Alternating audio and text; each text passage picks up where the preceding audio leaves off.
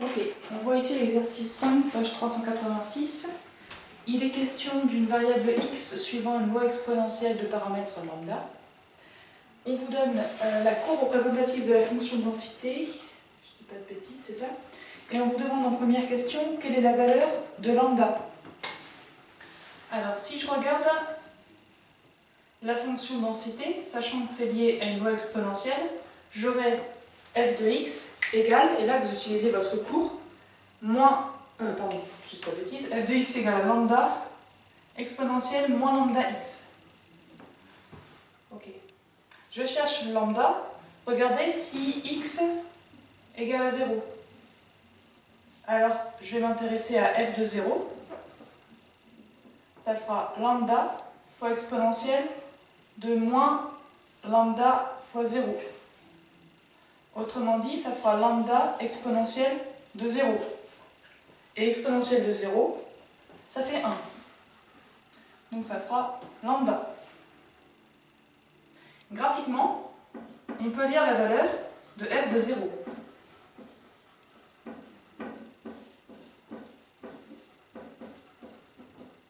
Quand x vaut 0, on peut très facilement lire la valeur de l'ordonnée. Elle est à un petit peu au-dessus de 1, 1,25.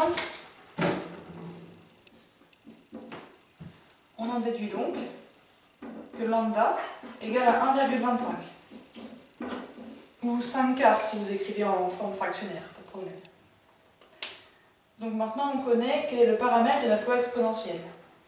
Petit b, déduisez-en l'expression de f de x. Eh bien on avait f de x égale à lambda exponentielle moins lambda x. J'ai juste à remplacer lambda par sa valeur. Ça veut dire qu'on a f de x qui est égal à 1,25 fois exponentielle de moins 1,25 fois x. Ok. Bon, j'avance un petit peu. 2a, quelle est la valeur exacte en unité d'air de l'air sous la courbe de f sur 0,1? À quelle probabilité correspond cet air? Donc si on fait un calcul d'air, on va avoir besoin de la fonction intégrale. Je vais l'appeler R, c'est un A majuscule, R0-1. Donc là c'est vraiment une notation que moi j'ai décidé de mettre en place. Si j'en ai besoin par la suite, ça fera une abréviation. Donc ce sera l'intégrale entre 0 et 1 de f de x dx. Ça veut dire que c'est l'intégrale entre 0 et 1 de ma fonction qui est là, 1,25 exponentielle moins 1,25x dx. Ça veut dire qu'il me faut une fonction primitive de cette fonction qui est là. Qu'est-ce qui, quand je la dérive, me donne cette expression-là? Eh bien, ce sera moins exponentielle de moins 1,25x. Et je vais appliquer cette primitive entre 0 et 1. Là, en effet, si je redérive cette expression, c'est de la forme e de u en fait. Ce sera u' fois e de u. Et la dérivée de moins 1,25 fois x, c'est juste moins 1,25. Donc le coefficient va se retrouver devant, pardon. Et avec le moins, eh bien ça s'annule, on retrouve juste le 1,25. Okay. Alors maintenant, j'applique donc cette primitive en 1 et en 0. Ça me fait moins exponentielle de moins 1,25 fois 1 moins exponentielle moins 1,25 fois 0.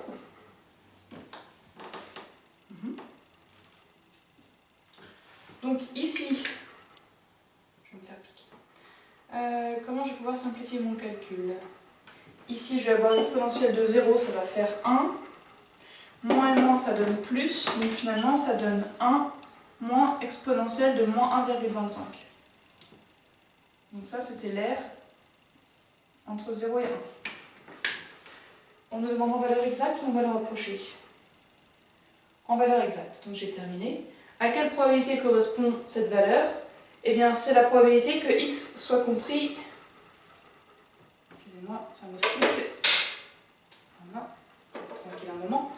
c'est la probabilité que x soit compris entre 0 et 1. Ça correspond à P de x compris entre 0 et 1. Inférieur ou égal ou strictement inférieur. Rappelez-vous que les valeurs ponctuelles n'ont aucune probabilité d'apparaître dans les lois à densité. Donc ici, que vous mettiez les inférieurs ou égal ou strictement inférieur, ça ne change rien.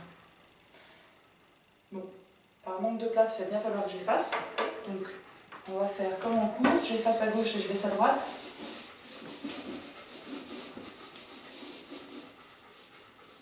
Hop. En 2b, qu'est-ce qu'on nous demande? Calculer la valeur exacte de P de x strictement supérieure à 2. Interpréter graphiquement cette probabilité. P de x strictement supérieur à 2. Ok. Je suis sur une loi exponentielle. Je peux appliquer directement la formule du cours qui me dit que ce sera exponentielle de moins lambda fois 2. Donc ici, c'est très simple, je connais la valeur de lambda, ça va faire moins 1,25 fois 2.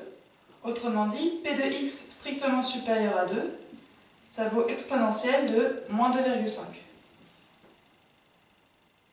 Encore une fois, c'est la valeur exacte qu'on me demande. Oui.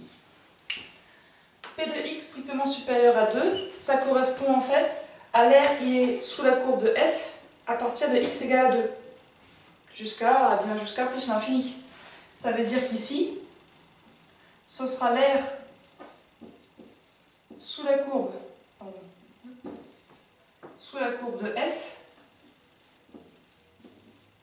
sur l'intervalle 2 jusqu'à plus l'infini. Pas très bien écrit. Alors ici j'ai mis 2 exclus parce qu'on nous disait P de x strictement supérieur à 2, mais encore une fois que le crochet soit ouvert ou fermé ici, ça n'a pas d'importance. Bien sûr, sur l'infini c'est toujours ouvert, hein. Là ça ne change pas. Voilà pour cette question. Ensuite, petit c, déduisez des calculs précédents la probabilité P de x compris entre 1 et 2, et cette fois ce sera à 10-3 près. Alors, la probabilité que x soit compris entre 1 et 2. Nous, on a vu la probabilité que x soit compris entre 0 et 1. Elle est encore ici. Et on a vu ici la probabilité que x soit strictement supérieur à 2.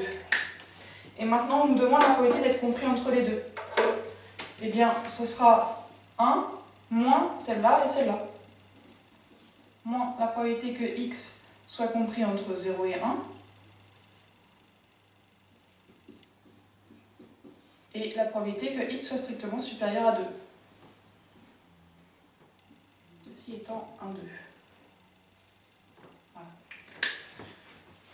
Comme ça, j'aurai la somme des probabilités est égale à 1. Bon. J'ai plus qu'à faire mon petit calcul parce que là, on a déjà tout ce qu'il faut. Ça va faire 1 moins, celle-ci c'était 1 moins exponentielle moins 1,25 plus exponentielle moins 2,5.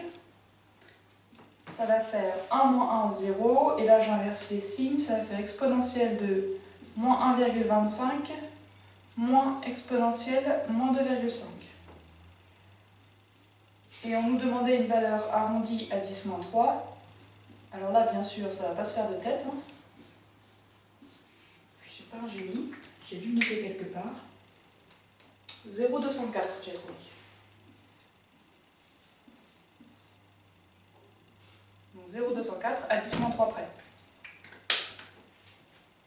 Ok.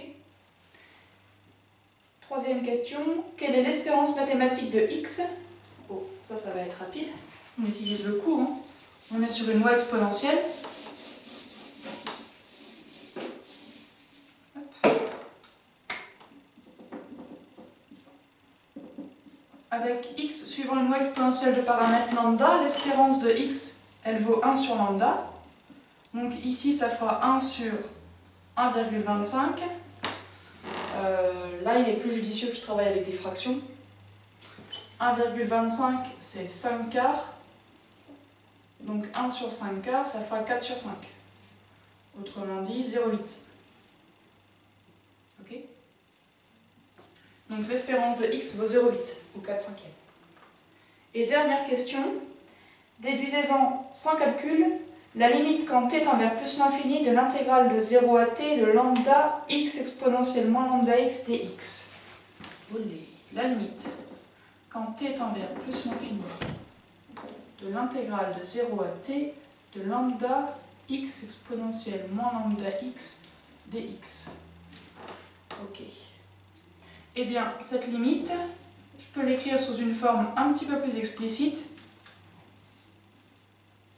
en mettant que ça fait x fois lambda exponentielle moins lambda x dx. Autrement dit, c'est la limite quand t tend vers plus l'infini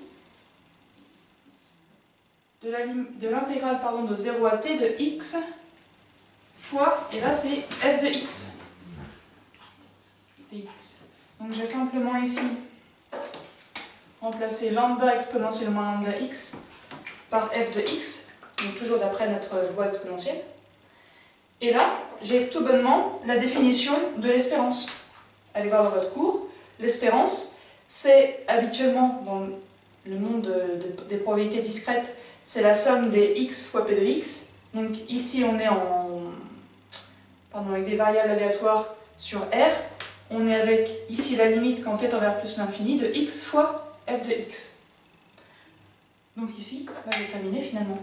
Cette limite vaut, par définition, l'exponentielle, n'importe quoi, l'espérance de x, et on l'a calculé tout à l'heure, ici, elle vaut 0,8.